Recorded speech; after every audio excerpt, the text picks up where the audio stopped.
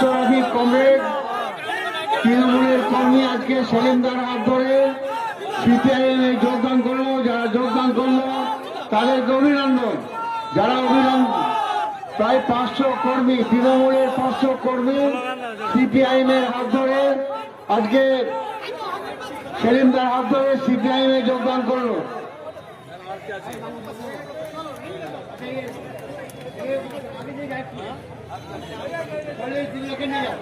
Comrade, সভাটা আমাদের সভাপতি শেষ করবে। আপনারা সেলিমদার পিছনে যে মিছিলটা হবে, মিছিলটাতে একটু হাঁটবেন, একটু। এখন আমরা জয়েন করেছি সিপিআইএম পার্টিতে। আমরা দেখেছি এই বিজেপির মতো পার্টি